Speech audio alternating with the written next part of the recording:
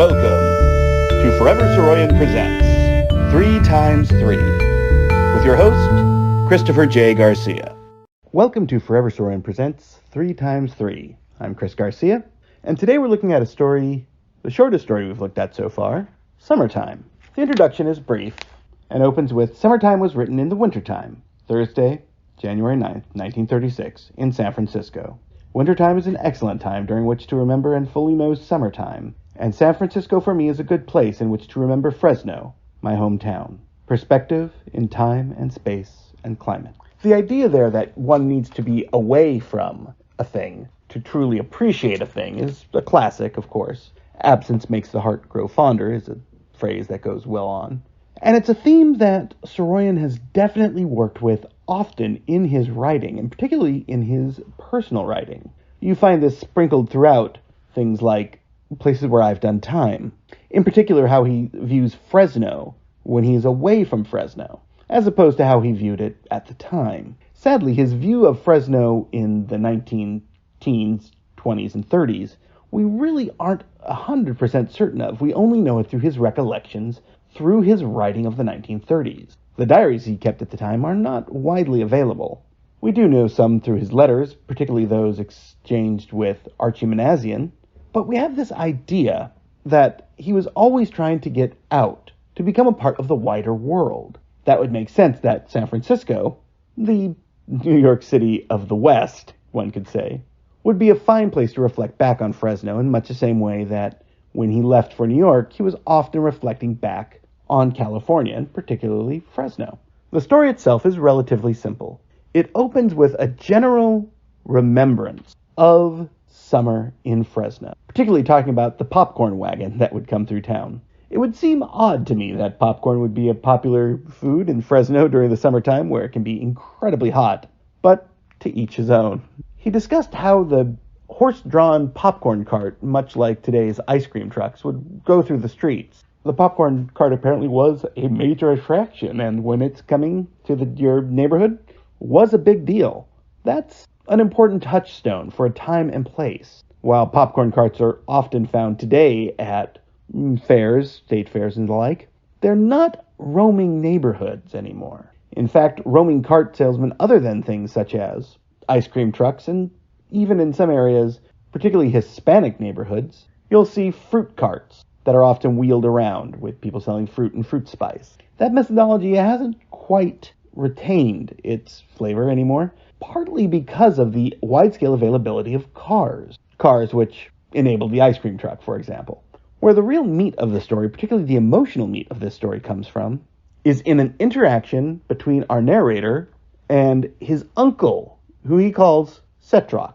If we read this as often we do Saroyan stories in this collection and others, this is more than likely a reference to Saroyan himself as the narrator and his uncle Mehran as his uncle. There are certain keys here. One, the narrator notes that his father had passed away when he was young, much like Saroyan's father did, passing away in Campbell, California in 1911.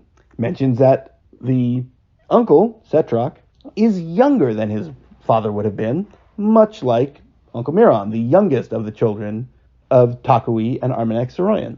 And Mehran remembers the old country, much like Setrak claims to here. The exchange between the narrator and his uncle is somewhat bittersweet. They talk about how the family came from the old country, how being born in the new country of America makes it difficult to attach to the old country and to understand the sort of connections with the area. It is very clear that the narrator wants a connection with his father that he never had in life.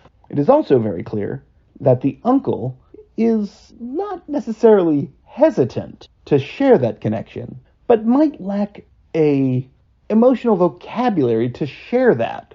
And one interesting note is that the uncle notes that the narrator's father didn't talk much, but when he did, it was something important.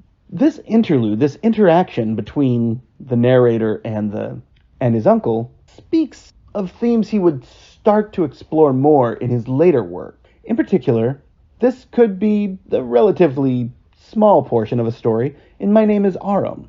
It is Saroyan's attempt at connection with a family and a place that he did not know. He did not know his father. At this point, he didn't know Armenia, though he would very quickly visit. This idea that he had of what both those things meant had to be mitigated through the others in his life. And much like Uncle Miron did that for him in actual life, Uncle Setrak does that in the story. Again, we see the most important aspects of Saroyan's literary style. As always, he eschews with quotation marks. This is an interesting choice and rare among literary writers. He simply uses said to indicate a speaker, though occasionally he even goes away from that, relying on the reader to keep track of the narrative and the dialogue itself. For example, "Why are you so eager?" he said. "Where did we live first?" I said. "You were born here," he said. "You've lived in this valley all your life." "Where did my father live?" I said. "In the old country," he said. "What was the name of the city?" "Bitlis." "Where was this city?" "In the mountains." "It was built in the mountains." "And the streets?" "They were made of rock, and they were crooked and narrow." "Do you remember my father in the streets of Bitlis?" "Of course. He was my brother." "You saw him?" I said. Despite the fact that he has completely rid the text of tag throughout half of that speech, you could still follow it. Not just because it is back and forth broken into paragraphs, but because it is question and answer. And Saroyan understood readers' tendencies enough to know that you could cut away at that, in essence forming a more minimalist track for his writing. This may be why Kurt Vonnegut referred to Saroyan as the first and still the best of American minimalists. This ability to work without many of the signifiers that writers of the literary canon had used for more than a century at that point established Saroyan's voice as one which was at once sentimental, but at the same time relatively avant-garde. By simply figuring that a reader was smart enough to do this much work, he was signifying that his work was worthy of this consideration. This is a wonderful story, very short, but unlike The Question, also short, it provides a full idea. This idea of reflection on a past that is distant, and how sometimes you have to have a conduit to get to it, to achieve it. And here I think he's done that. Thanks for listening to Forever Saroyan Presents 3x3. I'm Chris Garcia, your host. Forever Saroyan's archivists are Dory Meyer and Christopher J. Garcia.